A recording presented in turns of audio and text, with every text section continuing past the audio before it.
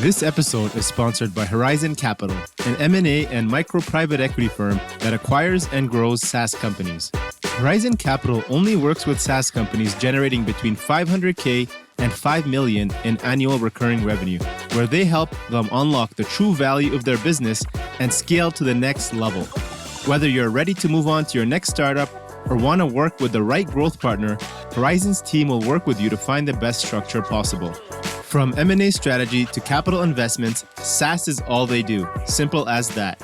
If you're a SaaS founder with less than $5 million in annual recurring revenue and are looking to sell your business, visit horizoncapital.com today and get a free valuation. If you'd like to sponsor the SaaS District podcast or recommend any guests that you think would be valuable to be on the show, visit horizoncapital.com/SaaS-podcast today. Thanks again, folks.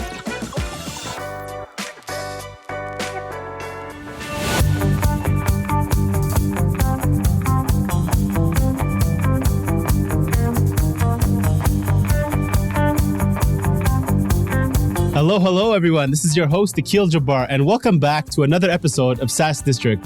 In today's episode, we'll be talking about building channel at ZenDesk from zero to a multi-million dollar ARR organization and a 1,500 plus team. Today, we have our guest, Stewart Townsend, joining us. Stewart is the founder at Channel as a Service, which is a results-oriented consultancy service for startups and mature companies to enable them to increase revenue through the right growth channel via an indirect sales force.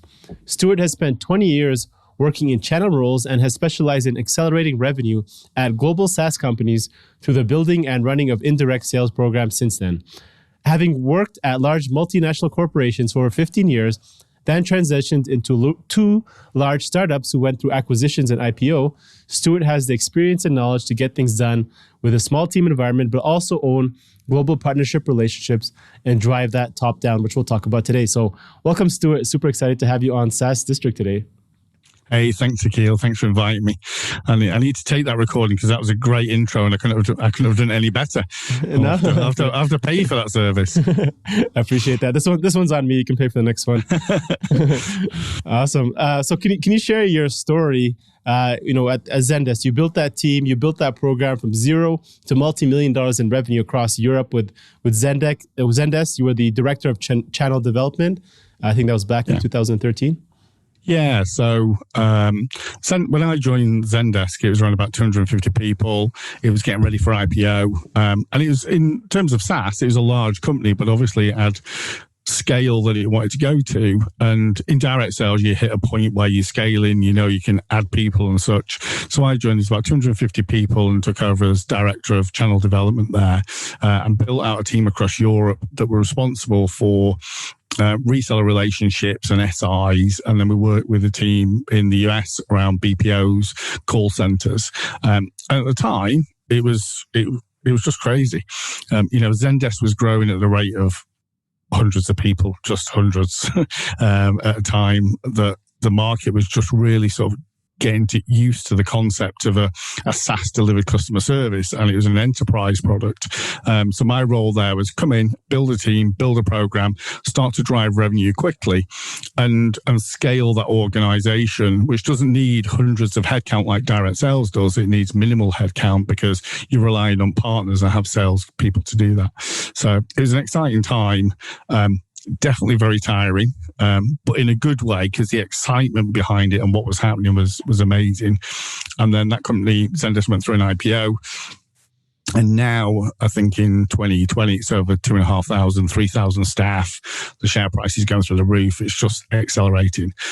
So I was glad. For me, I was there at the right time, at the start, at the foundation, when all the passion was there and it was all exciting. There was no corporate rules to worry about. Just get stuff done and make it happen.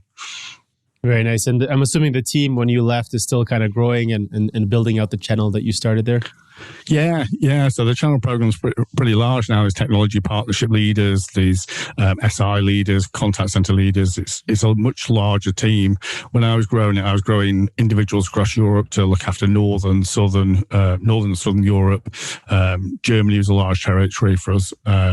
Etc. So that team is building out, and then I had a colleague in the US. And at the time, ZenDesk was experimenting.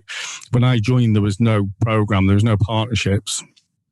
So literally I had to identify the route to market and build a strategy for ZenDesk to go out to partners to understand where the revenue was going to come from, who would drive that revenue for us, who was a good fit or not, and then build out a team that could then take that across the different territories and max it out and keep changing that strategy over time, because you can't just stay in one lane. You've got to be in multiple lanes. Yeah, exactly. So then in 2017, you went and launched your own consultancy firm, Channel as a Service. What motivated you to start your own business at that point? What was the problem you were looking to solve in the market? The problem I was looking to solve was the reason I got hired at ZenDesk, or the problem I had at ZenDesk. And this is no detriment to ZenDesk. It's just what happens in SaaS businesses is I was brought in, grand title, package, everything's exciting. You get there Monday morning at 9:00 and you're ready to start and you're on it. And then somebody says, okay, what are you going to do? And you're like, well, I'm going to take this program you've got. I'm going to go with this strategy. It's like, no, it's just all on you. You've got to sort everything out, build a program, generate revenue, work with marketing. You've got to do everything. It's like, right, okay. So I didn't really realize that, but obviously that's what happens. So you spend 3-6 months of your first part of your career in that organization, meeting people, pulling things together, define a strategy, go and do activities, but you're not generating revenue. And then in the Q3, Q4, you start to get partners onboarded. And when you're building a channel, you're behind direct in terms of timelines. So by the time you've done your first year, it looks like you've actually done nothing apart from some meetings and some paperwork, and maybe got some partners contracted and got them enabled and start to do sales. When the board look at that, or the senior leadership team at corporate go, oh, that channel stuff's not really working, is it? We've hired somebody, we're paying him all his money and he's doing stuff. So I came up with this model of try before you hire, which is rather than bring an expensive headcount into a SaaS organization when you're trying to experiment and learn, hire somebody, bring somebody in, a consultant that can talk you through a strategy and see if channel is fit for you as a model. Get them to build out process, documentation, all that sort of thing. And then actually it can start to get to a point where you can generate some revenue, get things moving. And then that consultant, me or whoever it is, can step back, help you hire somebody. And then they come in and can then nurture it, but have got something tangible to run with that they can generate revenue against and seem plausible. Because otherwise it just feels really frustrating if you're coming into a zero start type entity. And the expectation in their eyes is that, like direct, you put a headcount in, it'll generate revenue in X amount of time and it'll work. It just doesn't happen that way. So that was the itch. That was the problem. It's like, this needs solving, because it's, for me, that's a poor reflection then on indirect sales, because everything's, one, it doesn't work, which it does, but you get the comment, it doesn't work. And two, it generates revenue, but it takes like 2 years and it's very complicated or it's painful, and they give it to direct salespeople. So the main thing I was trying to solve was that time to market, get that done, do the upfront, do the investment and the research, get it moving. Then if it works, good. Bring somebody in, let them run with it. They own it, get on with it. Right. So you say that approach of try before you hire, which is results oriented. What is the time frame you see now when you're working with SaaS companies? How fast can you build out that program and maybe start seeing revenue or expect to see it? Yeah, so program build out and strategy can be, normally about 3 to 6 months, depending on the sort of time up front, the heavy lifting required around that, and getting some partners contracted. Revenue, like anything, is whether you're a headcount or not, it's all dependent on that ecosystem. So some partners are quicker because they're looking for revenue to add, and you're a complementary product. So that could come in 6 months or 9 months.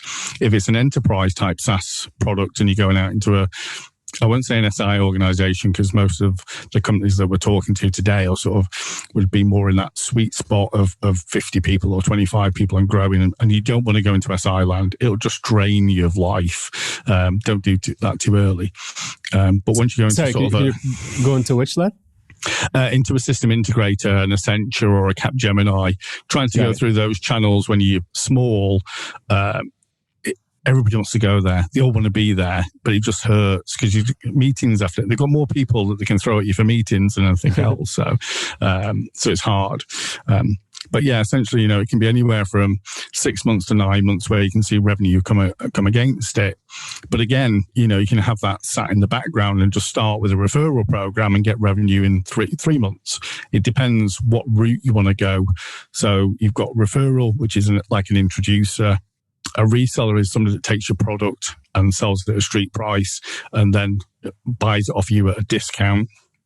Or a technology partnership, which is an integration, which is, company A partners with company B, and you're both selling your products side by side because they work better as two rather than one. And they all have different timelines around it. But you can experiment and test it. Makes sense. So you spoke a little bit about the process. There's quite a few people in our audience who are also consultants themselves. Maybe could you just share a little bit? What were some of your initial costs to get started on your end? Building your firm from idea to launch, and then maybe a little bit where do you spend and focus your marketing and growth efforts? So for me, initially, I suppose the costs were time, really. It was all in my head, lots of documents all over the place and processes and things that I've done over the last 20 years. And it was actually just sitting down, stepping back from everything that's happening and going, right, I'll turn this into a sort of standard operating procedure type framework, document it. And then what that then gave me is actually what can I provide as a service out there? What are the type of things, whether it's building a program and a strategy, running somebody else's program and maximizing revenue from it, training internally to sales teams and sort of putting packages together. So from a cost aspect, to me, it was essentially time, and that was a good couple of months before I decided to go out to the market and actually position myself as somebody that knew what he was talking about, and get started. And then, thankfully, because I'm a little bit older and I've been around a bit, I've got a bit of a wide network. So, reaching out to people that I know, their ex-customers, not ex-friends, still friends, hopefully, friends and things like that, and just saying, hey, I'm looking to do this. I want to go out to SaaS companies. Here's what I'm looking to do. And I got some introductions. So I tend not to do sort of marketing direct as such. I'll produce blog content. I'll put pieces through, and it'll be an impetus to do it for a couple of months, and it'll slow around that. But it's mainly around word of mouth. Basically, A knows B, B knows C, and they introduce me, and that's how it goes. And I don't take on too many clients at too much time and such, because I want to give the maximum to every client that I have. Fair enough. I think for those in our audience, can you just specify in more detail what exactly indirect sales channel is? I know you mentioned referral partners, affiliates, and then technology, but can you go a little bit more detail there? Yeah, of course. Yeah. So for those that don't know, and a lot of people don't, and it's the first question asked is exactly that: is what is indirect sales? So it's just, think of it this way: you go to the supermarket. No matter what country, and you go to that supermarket, and that produce has come from somebody else. So it has been sold to them. And that produce has come from another party in the middle. So essentially that's a distribution channel. So that's one way of looking at it. Indirect sales in SaaS is that same thing. It's a way of getting your product out to a marketplace that's through another company's sales force or another person's network. And in layman terms, a referrer or an introducer is somebody that brings you a lead and says, hey, here's Bob. He's interested in buying your product. Go meet Bob. You go and then close it through direct sales as normal, and you pay that introducer a fee. And you may pay it one time, you may pay it over 12 months, whatever it is. A reseller is somebody that's got a larger sales team that says, hey, I want to take your product. I sell into customer service. I'll go and take it out. I've got 10 salespeople. Whenever they're in clients, they can position your product as a customer service platform. Great. And they buy your product at $70 and sell it $100 per seat. And they can add services on and that sort of thing. And they generally look after tier 1 support. And then you've got a third strand, technology partnerships, which is just where you're doing integrations with other companies, and they'll say, hey, I've got an integration working with ZenDesk, and this is what it does. If you need a customer service platform, it's really great because it integrates well with our CRM system. So it's a complementary sale. And normally it's like an introducer or a kickback fee on there. So always think of it as a way of your SaaS product going out to a market through a third party. You still own the products, the legal entity of it being deployed and all that sort of thing. They go and sell it. Yeah. So something like a HubSpot or like a Shopify, right? You got an e-commerce platform, you put it on Shopify, you leverage their network and their audience, and you get some of that traffic right off the bat. Yeah, and you give some margin away for the privilege. What's your thoughts on white label reseller processes there? Because I know, rather than selling it under your brand, you can sell it under your own brand. People buy like a license, white label it, and then resell it. Do you think it's an effective way as well? Again, it can be, because if you're working with if you're positioning a product that would do well in an agency would probably want to position that as a white label product. So Stewart's media agency goes, hey, I've got this great platform for social media sharing. It does all this stuff. You log into a portal. Actually, I've never built it in my life. I've bought it off Bob, whatever, and white labeled it. And it's perfect for some audiences. Again, depending on what product you're positioning, how much control you want over the brand is an entity that comes into play around that. I know, some companies are very sort of wary of white labeling, because suddenly if it's found that at the back end is ZenDesk in a sense, it's like, well, why is it ZenDesk? And it can be detrimental to their brand and the outbound sort of activities. So there is a play there. Just depends on the product and where it's going to go. It makes sense. So you mentioned that SaaS companies, teams of 50 plus, and generally 1 million in ARR at the ideal stage of start investing in channel sales. Why do you think it's ineffective to start earlier than that? Like when you first start off, and what can they expect better in terms of results at that stage of their startup versus at the early stages? Yeah. It's not so much ineffective when it goes below that. It's more about the resources behind it and being able to deliver. So when you're around about 10, 20 people, you could have, say, a couple of direct salespeople, and you hand them over a channel partner or set of partners, whether that's referral or whatever. They treat them like the direct sales, and what tends to happen is the relationship just fails, because they just think this partner is going to wake up and come to them and just give them leads. Unfortunately, life doesn't work like that. Being a salesperson, it should do, but it doesn't. So the expectations are set incorrectly, and there aren't the resourcing there. So when you try to do it when you're a little bit smaller, it can have a detrimental effect to you. So you may have 3 partners, you bring them on board, it's great. You give them to a direct salesperson to manage. They destroy that relationship because they just don't know how to manage it, and they haven't got the time because they've got a quota. And those partners could have introduced you into Vodafone or some large corporate. They're not going to now because the relationship's been destroyed. So not that it doesn't work, it's just having the resources and the capability to keep it going on. It's like anything. It's a partnership. The word explains exactly what it is. To get the maximum out of it, it's got to go both ways. It's a marriage. If you just think you're going to sit there and to enable your partners is give them some access to one piece of document for training and tell them to go out and pass everything over and such, just doesn't work. So it's more that side than anything else. Once you get to 50 people, you've got resources, you're looking to grow really quickly. It's like, right, okay, put somebody allocated to this, whether it's a consultant coming in or a headcount internally. And is there any other metrics or filters you like to see at a point where this channel becomes more effective? Let's say, is there an LTV value that SaaS companies should consider this? Is there a certain market that it works better in, or anything else you look at? Not necessarily metrics as such. I think a lot of times with this, it comes down to buy-in and the mentality of the team, and that's no detriment. I don't mean that sort of in a negative sense. It's just from previous experiences and going to roles, if it's C-level or at a higher level or board or whatever it may be, hasn't bought into this concept of selling to third parties. So you always have this question of I've lost control. No, you haven't lost control. It's your product. It's going through a contractual agreement, etc. Or why are we giving revenue away when we could do this ourselves? Well, if you could do it yourselves, you'd have a contract with Vodafone and XYZ by now, wouldn't you? So it's all these sort of aspects. So it's more, I push back and look at qualification around that rather than the metrics, because the metrics could mask other aspects around it. And again, it comes down to expectation play.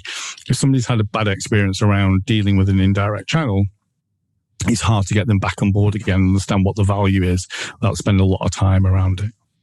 Got it. And is there anything else on the back end that a SaaS company needs to, build out and make sure they have, so they can start leveraging this channel, more effectively? Yeah, so it's essentially stuff or materials that they have already, but they don't think about. And I use the word enablement quite a bit. That's the key to a successful partnership. So think of it this way. You hire a direct salesperson, you stick them in the corner, you give them some training, they go out and start selling. You have to do the same with a channel partner. You can't just contractually sign an agreement and say, right, okay, Mr. Channel Partner, go and sell our product. You know everything about it. You have to enable them, give them the training material around that. And that doesn't have to be a fancy training portal. It can just be some stuff in Google Drive. But you need to treat them as if they're part of your organization, as part of the headcount. So I'd say in terms of what they need is the ability to expose their internal processes and the trust to do that with the partnership that's under agreement to go out there and maximize it. And then they'll have a sort of successful partnership. And literally, I started out, I didn't have a partner portal, I didn't have a marketing budget. But what I did have was some really good people inside ZenDesk that had all that material. And I just went around and pulled things together and exposed it to a partner to get them to drive forward. And what are you typically providing them? So you give them some, maybe some training, some, material, like is this kind of just like design material, pricing packages, all that kind of good stuff. So. Yeah, it's basically the toolkit you give a salesperson, you expose that to a partner. So it's the same materials that the partner can then co-brand, put their logo on. But it's just exactly the same materials. What I did in ZenDesk and other companies is, where I could, was bring the partners into onboarding sessions that were happening. So if we were onboarding 10 salespeople, let's onboard a partner at the same time, bring them into Dublin, get the same training. We take out some of the more sensitive material, but it was just treat them the same. And that just works wonders, because then they've got mates then. They know who the salespeople are for their territory. If they're in Israel and they come over and they meet the salesperson responsible for Israel, and he gets that by sitting on his, sit on his bum, and this guy will then start going doing things. And Israel is a relationship selling country, so he can then sit there and they can generate revenue for him. They're friends for life. They're done. So it's those sort of things. And again, you don't have to be a big SaaS company to do that. You just got to expose them to material, make some introductions, and let human sales components take its own course. It makes sense. And so just comparing those two options, right? You're a SaaS company. You have the one option, which is direct sales, building out a sales team, right? You hire and build it out, and you want to scale your B2B SaaS company, versus investing in this indirect sales channel. Can you kind of just compare those? Why one is more effective than other? Where you see the crossover or break-even point of being one better than the other? Yeah, of course. Excuse me. So I love direct sales teams, pod model, all of that works great. It's perfect. Indirect is complementary to that. It can actually just be the only channel, but it doesn't have to be. But think of it as a mathematical model. So you've got an indirect salesperson, they've got a quota, they get to a certain percentile, and then you realize you need to expand that headcount. So it's like, we need to hire another person. That'll take 3 to 6 months. We'll onboard them. Done. You've got a channel manager. He's going to hire channel partners and get them on board and contract them. And that'll take a little bit of time, longer than that process. But once you bring those partners on board, well, they've got one salesperson or 10 salespeople or 15 they can allocate to sell your product. Whereas in direct, you've gone into all that effort and hired one salesperson. So suddenly you've got a channel manager that can manage 10 partners that may have 10 salespeople So you've got 100 salespeople out there selling your product. So for me, it's the pure mathematics of volume scale if it's done correctly. And direct is complementary because it's direct sales, and it's a standard thing, and it grows and it expands and it's great. Indirect is complementary to that and can work together. So like say with Israel sort of aspect, you've got a rep that's selling to Israel. That partner can be his feet on the street, going to meet the customers, going talking to them, going around that and actually driving them. So that's the way I would sort of position it. Well, also on top of that, you don't have to go out and manage those hundreds of people, sales rep, that you have that one channel manager is. And on top of that, you're not paying for their salaries, right? I don't think you have to cover hundreds of people, sales people. Yeah. No, exactly. It's the whole mathematics of the model and how it works is those people are getting paid no matter what, are hungry to go and sell products to make their quota. And if you do it right, they're going to sell your product rather than somebody else's. And they're out there and they're localized. And again, if you want to expand as a SaaS company and you're based in the US and you're looking at Europe, that try before you hire model again works the same, because is Germany the right country? Okay, we're going to open an office in Berlin. We'll get headcount. That's really expensive. Or do we get a partner, go and test it out, and then find out our product doesn't sell in Germany, it doesn't fit right, but actually it sells really well in Italy and Spain and Southern Europe. So again, you can always use those sort of components as well. Mm. So I don't know if you haven't answered this question, but I'll ask you anyways. How do you deal with this issue? We've had this before where you have these reseller partners, they're selling on the streets and they start getting comfortable selling your product and they're getting good traction. And, they have, even though you may have a non-compete clause, they might, start seeing the results and they want to take it all and maybe build their own, competing product or firm. How do you deal with that? So channel governance. So basically, so I've not come across it where they've wanted to go and build their own product. What they have built is complementary services around that. I think what you're talking about there is more of I suppose an agency type model, where an agency is, right, okay, we've got this social media management system from Hootsuite. That's great, and we're reselling it, it's fine, but I'm only making 30 points margin on it. Why don't I make 100 and build it myself? It's just business. It's just there is no answer. It's channel governance, but also it's just business. If they're breaking your IP law, that's a different thing. Sure. But agencies are designed to do that. Whereas I work in the world more of value-added resellers and distributors who take products from SaaS companies, whether it's a Google ecosystem or Microsoft or IBM, go out there and sell them. You wrap services on top of that for delivery to make extra margin, and then they'll bring in complementary services as well to attach to it. So they get a 360-degree sort of solution for the client. And the only things they do build are against the API of the SaaS company. Fair enough. Cool. Yeah. And then, when building teams, this could be either sales teams or indirect, partners. I think more so with sales teams, especially with 2020 now, a lot of teams are going remote. A challenge we've had always is, managing sales team, especially remotely, because they need that in-person feedback and, motivation. Any tips or suggestions for how to effectively, build them and manage them? Not so much tips and suggestions, I suppose, because I've always worked with or had teams that were remote.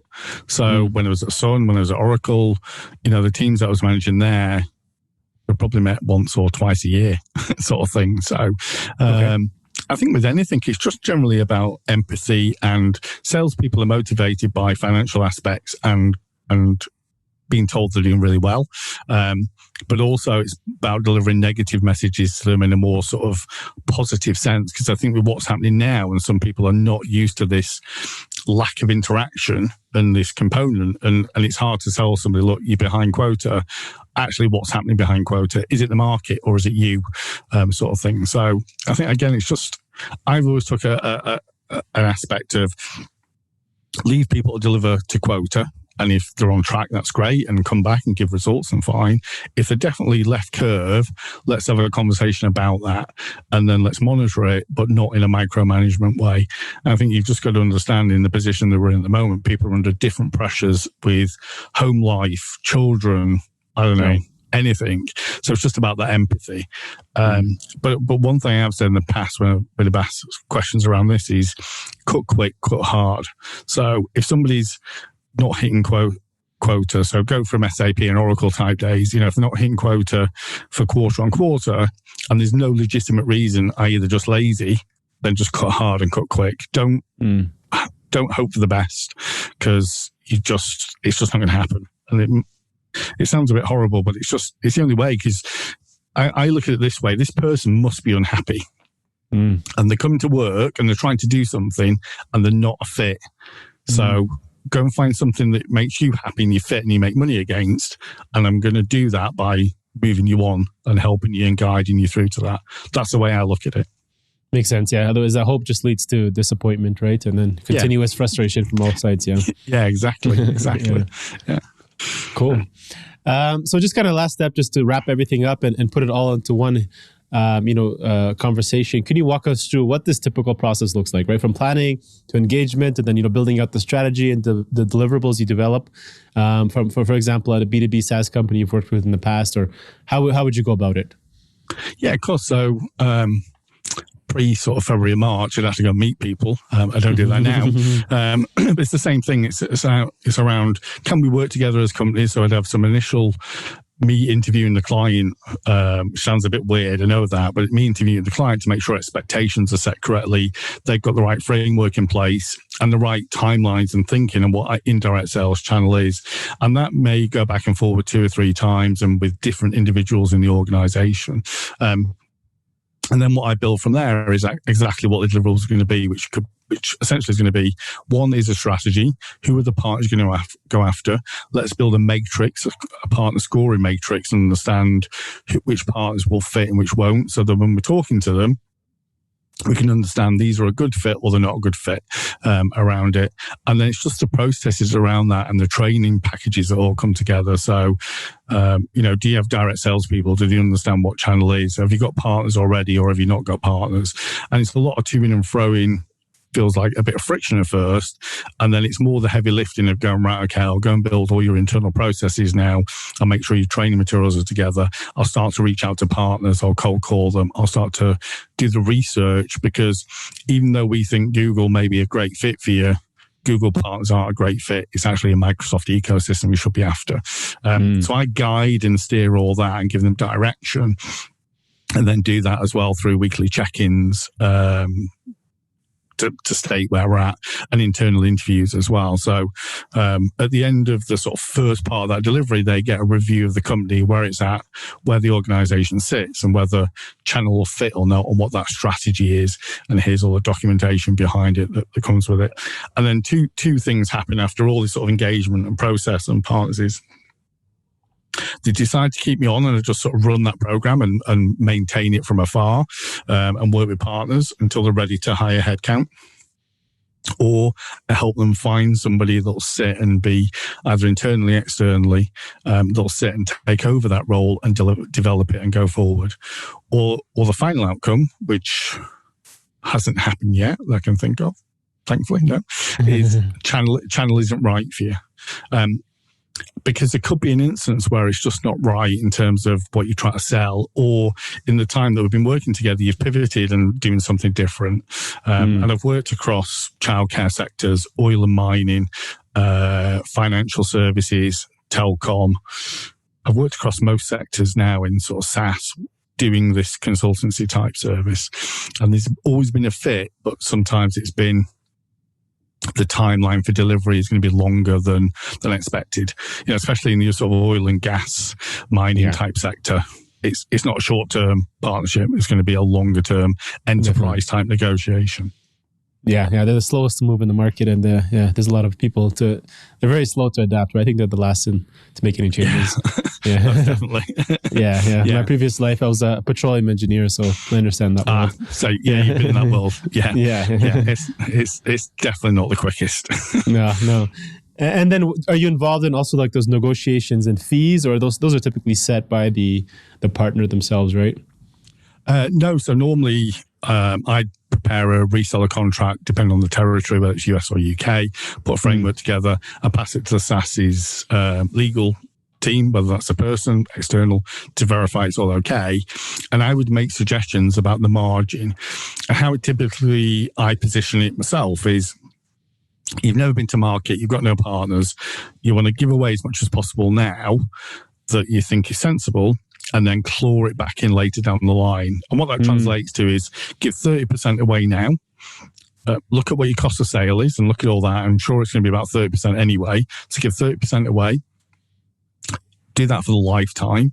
And then when you're year 1 or year 2, or you've got mature partners and you sort of, you're really ramping, claw the program back, make it, invitation only. It's 30% or 20% for year 1, 10% for year 2, 5% for year 3, and do a tiered approach. Because when you first go out there, nobody knows you. You've got to entice partners with money. It's the only way. Exactly. If I'm going to go out and do something, I want the revenue. Once you've got the revenue coming and it's recurring, you can accept the fact that at some stage you've got your cost of sale back over year 1 or 18 months. It's going to reduce downwards. Got it. Excuse me. So you suggest that's a starting point, 30% recurring for the entire kind of sales cycle. It's probably a good starting point. Perfect. It's a good starting point, yeah. Very, very helpful. Cool. What are some of the biggest challenges you're facing today and looking to overcome with building your firm, Channel as a Service, going into 2021? Oh, good question. I think the biggest challenge at the moment is not being able to go to events and meet people. Sure. And I know it sounds a normal thing that everybody's going to say, but it is, because trying to keep abreast of what's happening out there and not being able to sort of have that dialogue is really frustrating. Yeah. Excuse me. And there's lots of SaaS companies out there. There's lots of SaaS companies doing some great stuff and have conversations. But what I'm not getting access to is what's the movers and shakers, what's really going on. And you tend to find that by having a coffee and going talking to them. So that's definitely a challenge that I'm looking to overcome personally. I think in terms of generally moving to 2021 sort of thing, is that'll start to change and things will start to open up again. And then I can look at Channel as a Service and decide, is it a consultancy service I'm going to run and be hands-on and do what I'm doing at the moment? Or do I want to move it into more of I'll do part of that and then I'll offer a productized service or online training or resources that are more volumized that can give those startups that are at 10 or 20 people more access and more drive and do it themselves, rather than me doing all the heavy lifting and being costly. Let them test it for themselves. So that's what I'm looking at in 2021 to do that. And that then, as the events start to open up, releases more time for me to actually go out and see what's happening in the world, what's going on. Yeah, fair enough. And it's always that balance, right? Do you go productized service and more self-service, or do you go more custom and high work but high quality and more involvement? And then I also think in terms of overcoming that coffee and in-person situation, I think I think a lot of people started podcasts as well. I think that's also a helpful point. You get to meet people, actually have an hour conversation, and kind of the same thing if you were meeting for coffee, right? Yeah, exactly. Yeah. And get to see some sunshine as well. Yeah, exactly. In random locations. Exactly. And nice backgrounds like you have as well. Yeah, cool. Cool. So who or what are 3, best resources or people or mentors or books that you'd say have been the most influential to your success? That's a really good question. I'm really bad at these sort of things. So in terms of, I suppose, people, I like to think, and again, I'll have to explain. So Sun Microsystems was a company that was around a while ago that probably a lot of people haven't heard of if they're quite young. Sun Microsystems invented Solaris and Spark and got acquired by Oracle. The people that I work with there and the team there, for me, set me up for life in terms of understanding how an indirect channel works in a distribution model in a large 200,000 people company with lots of moving parts. It gave me that sort of perspective of how to do things and how to solve things and process and framework and how important it was. So I think that was really influential. I joined there as a late starter. I was 30 when I joined there, so I was quite old. When I was there, I was running a program called Startup Essentials, and I got to work with loads of startups. And the people that I met were like Nick Halstead, who set up DataSift, got a contract with Twitter to resell the fire hose. Sam Sethi, he set up TechCrunch in the UK. Simon Grice did some stuff with the stupid Eidolon reactor thing that goes around sending atoms.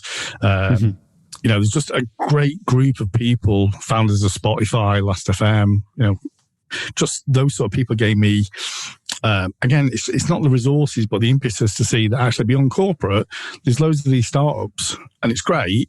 And there's this thing called SaaS, and it's like a license to print money. It looks really easy. That's quite good. So it gave me a perspective of where I worked in a more on-premise environment because it was Solaris, it was licenses and hardware.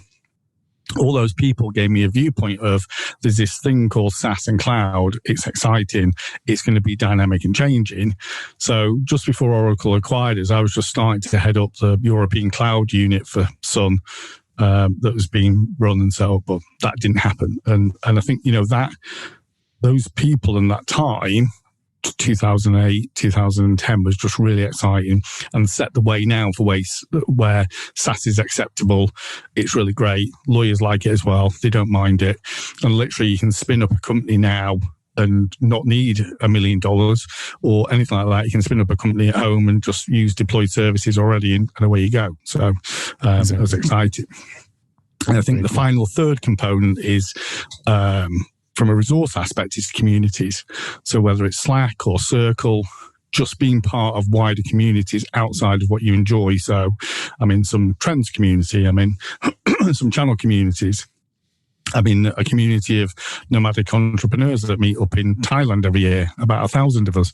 And we talk about weird stuff. And for me, it just gives you a bit more breadth takes you out your comfort zone and a bit more breadth of what's happening in the world. I think they're the components I think that I would say have shaped me and helped give me the right sort of perspective in how to do things. Yeah, that's super helpful. Stewart, what does success mean to you today, whether it's personally, financially, business, life? Oh, that's a good one. I think for me, success is finishing my camper van, which I know is totally left field. I've been building my camper van for the last 4 years and it's nearly done. I've got about a month to go, so it's going to be my mobile office, and that is quite ironic, but it is quite something quite important to me. Yes. But around that, in terms of success, I suppose, is for Channel as a Service is having happy clients, delivering revenue for them and educating them about indirect sales. For me, it's about if there's one more person today that knows about indirect sales and the value of it and what it can bring to their company, I'm happy. That's success. That's really important. Love it. And where are you planning to take that camper trip when you're done? Do you have a route, a map ready to go? It'll be Scotland, most definitely, because it's nice and cold. So I'll go up there because I've got a log fire in there, and potentially go over to Europe. And I have been looking at the US as well, going down US because I can get it shipped over there. So there's a couple of routes, but it's a full mobile office. So you can go off grid for about 3 to 4 weeks. Very cool. That should be a fun trip. Awesome. So where can our audience get in touch with you and learn more about what you're working on? So channelasaservice.com. It'll be in the show notes. That's the best place to go. Got blog posts on there. It's got how to contact me. And if anybody wants to have a call just to understand about indirect sales, about channel, there's a little Calendly link on there. They can set up a 15 to 30 minute. It's a consultation call, but we'll just chat about stuff, and I can just answer some of the questions that you may have that you either can't get answers to or you're frustrated about. So I'm more than happy for anybody to do that. Reach out. I do like to talk quite a lot, so I'm not worried about that. Okay, awesome. We'll put the links to our show notes for everybody to check out. Cool. Thank you so much for your time, Stewart. I appreciate you jumping on SaaS District today. Hey, no problem. It's been a pleasure. Thanks, Akil. You as well. Cheers. See you, bye. Thank you all for watching this episode and joining SaaS District today. Don't forget to like, subscribe, and hit the bell for future episodes where we interview top leaders in the SaaS industry. If you're a SaaS company looking to grow and unlock the true value of your business, get in touch with us at Horizon Capital, and myself or one of our consultants will provide a free assessment to help you get there and hit your goals. If you have any feedback or suggestions for this podcast, please comment down below and help us improve our content for you all. Thanks again and see you on the next one.